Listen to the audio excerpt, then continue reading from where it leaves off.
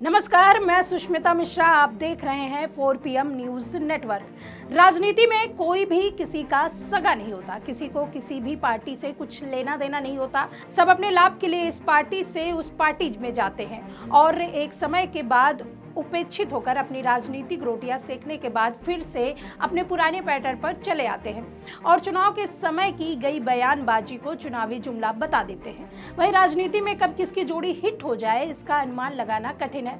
जैसे विधानसभा चुनाव के दौरान राहुल गांधी और अखिलेश यादव की जोड़ी हिट हो गई और दोनों लड़कों ने मिलकर बीजेपी के पसीने छुड़ा दिए। वहीं कभी सपा के साथ रहे ओम प्रकाश राजभर ने लोकसभा चुनाव से पहले बीजेपी के साथ चले गए और सोचा कि बीजेपी में उन्हें मन मुताबिक सीट मिलेगा और उनका कद बढ़ेगा। हुआ भी कुछ ऐसा, बीजेपी ने राजभर को मंत्री पद दे दिया, लेकिन जिस चाह में राजभर बीजेपी के साथ गए थे उनकी वो चाहत पूरी नहीं हुई, जिसके चलते राजभर ने यूपी चुनाव 2027 को लेकर अकेले चुनाव लड़ने का फैसला किया है।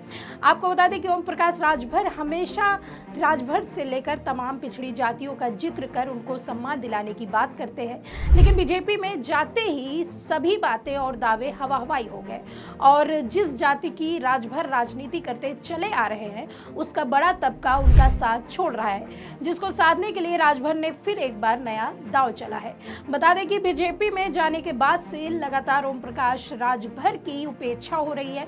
कभी उनको बस में सीट नहीं मिलती तो कभी कार्यक्रम में उनको तहजीर नहीं दी जाती, जिसका देखते हुए ओम प्रकाश राजभर आगामी उत्तर प्रदेश विधानसभा चुनाव में अकेले दम पर ताल ठोकने की तैयारी में जुट गए हैं। महाकुंभ आयोजन के दौरान वाराणसी पहुंचे ओम प्रकाश राजभर ने मीडिया से बातचीत की। इस दौरान अखिलेश यादव के महाकुंभ भगदड़ को लेकर मृतकों के आंकड़े छुपाने वाले आरोप पर पलटवार करते हुए कहा कि सरकार के पास जो आंकड़े हैं वह सही है और उनको ही प्रस्तुत किया जाता है। अखिलेश यादव जी प्रदेश के मुख्यमंत्री रहे हैं, प्रदेश में उनका संगठन है। अखिलेश यादव जी खुद ब्लॉक, गांव, जिला के माध्यम से आंकड़ों को पता करके सबके सामने रख दे और जांच करवाने के लिए कह दे, लेकिन हकीकत यह है कि वह केवल हवा हवाई बात करते हैं। विपक्ष के लोगों ने पाकिस्तान का पानी पी लिया है। यहाँ तो तय है कि भगदड़ हुई है और सरकार द्वारा जारी किए गए आंकड़ों के अनुसार 30 की मृत्यु हुई है और 60 से ज्यादा लोग घायल हुए हैं। इसको सरकार कहाँ नकार रही है? ओम प्रकाश राजभर ने मीडिया से बातचीत के दौरान कहा कि 4 फरवरी तक प्रयागराज महाकुंभ में 287 लापता लोगों को हमने उनको परिजनों से मिलवाया। गांव के लोगों ने हमसे फोन किया, हमने अपने टीम के माध्यम से प्रयागराज मेला कंट्रोल रूम से संपर्क करके कैंप से उनके परिवार से मिलवाया। वहीं कथावाचक पंडित धीरेन्द्र शास्त्री पर पलटवार करते हुए कहा कि गंगा जी में लोग डुबकी लगाने आते हैं, स्नान करने के लिए जाते हैं। अलग अलग लोगों की सोच है, निश्चित ही ऐसे लोगों की सोच राजनीति से प्रभावित होती है। जबकि हेमा मालिनी के बयान पर कहा कि यह उनका व्यक्तिगत बयान है, सरकार ने ऐसा नहीं कहा है।